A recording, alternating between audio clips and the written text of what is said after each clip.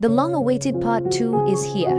In this emotional and final part, follow Kemi, a young girl who enters into a dark agreement with a snake in an attempt to save her dying father.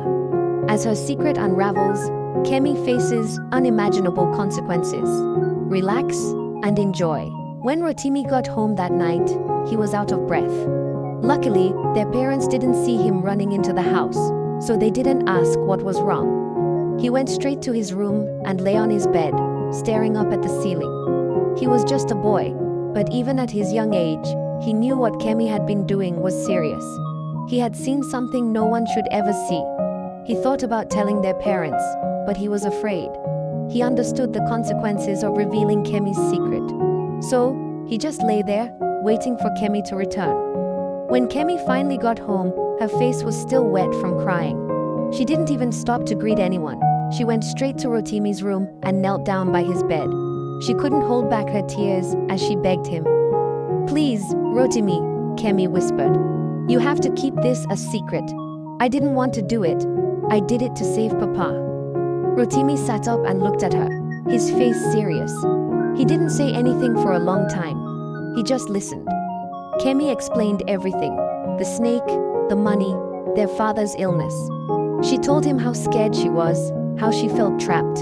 In the end, Rotimi sighed and agreed to keep the secret, but on one condition. "I'll keep quiet," he said, "but only if I can come with you. Every time you go to the stream, I'll follow you. I want to make sure nothing bad happens again." Kemi wiped her tears and nodded. She didn't want him to come, but she had no choice. That night, she went to her room and cried. She cried until she had no more tears. As she sat on her bed, she felt a sharp pain in her stomach, like something twisting inside her. She gasped, clutching her belly, but the pain went away as quickly as it came. Exhausted, she lay down and fell asleep. Weeks passed, and Kemi stopped going to the stream to meet Ire. She would only fetch water and return home. She didn't sing. She didn't see the snake. She didn't take any more money. And for a while, life was quiet. But then, one day, their father's health started to fail again. This time, he became so sick that Kemi feared he might die. She hadn't gotten any money from the snake, and the little they had saved was almost gone. One evening, as her father lay pale and weak on his mat, Kemi sat in her room, holding her head in her hands. She was filled with worry and guilt. What should she do now? The snake had warned her that if she stopped sleeping with it, her father would fall ill again. She had stopped, and now it was happening. She didn't know what to do. Finally, she called Rotimi to her room and explained everything again. She told him how their father was getting worse and how she feared it was because she had stopped going to the stream.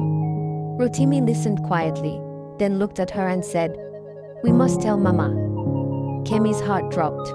"No, Rotimi, please," she pleaded. "We can't tell Mama. She won't understand." But before Kemi could stop him, Rotimi dashed out of the room.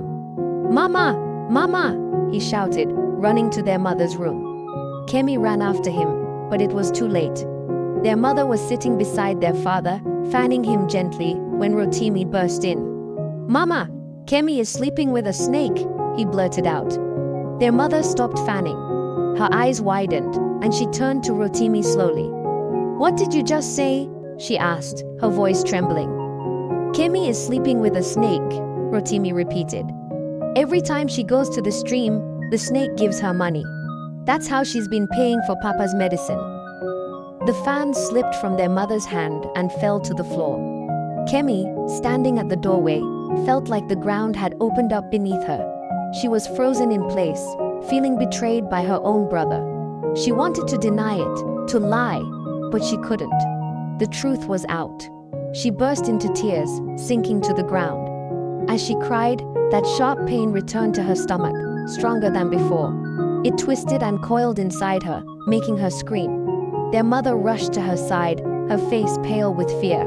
"Kemi, what's happening?" she cried, but Kemi couldn't answer. She could only scream. Rotimi stood frozen, staring at his sister.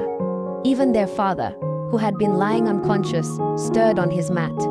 Everyone watched in horror as a snake, long and slick, began to crawl out from between Kemi's legs. Kemi, despite her pain, reached down and grabbed the snake with both hands. She pulled it out, using all the strength she had left. The pain was unbearable, and with one final gasp, she fell to the floor. Kemi was dead. Rotimi, shaking with rage and fear, grabbed the pestle lying beside him and slammed it down on the snake's head, crushing it. The snake twitched, and then it was still. Their mother screamed, holding Kemi's lifeless body. Rotimi stood there, his face pale and his hands trembling. They couldn't believe what had just happened. Later that evening, they reported the matter to the village king. The village was in shock. The king decided to set a trap for the snake, Ire. So the next day, Kemi's mother went to the stream, accompanied by some of the king's guards. She sat by the water, and the king's guards hid behind the trees, waiting with logs of wood and machetes.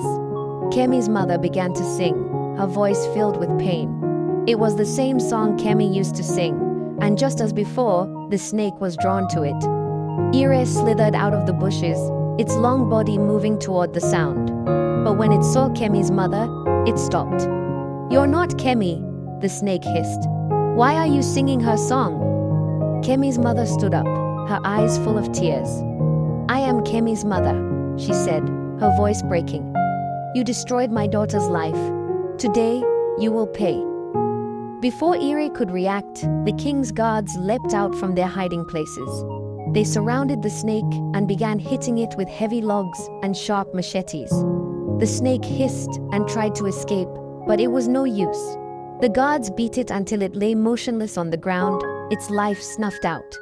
That night, the snake's body was burned for everyone to see. As the flames rose high into the night sky, many other girls came forward, confessing that they too had been visited by the snake. They had kept quiet out of fear and shame, but Kemi's death had given them the courage to speak out. It was a day of mourning in the village. Kemi had lost her life trying to save her father, but she had also saved many others by exposing the snake. Without her, the evil would have continued, and more innocent girls would have fallen prey to the snake's trap. In the end, the palace took responsibility for Kemi's father's treatment and made sure the family was cared for. But nothing could fill the emptiness that Kemi's death had left behind.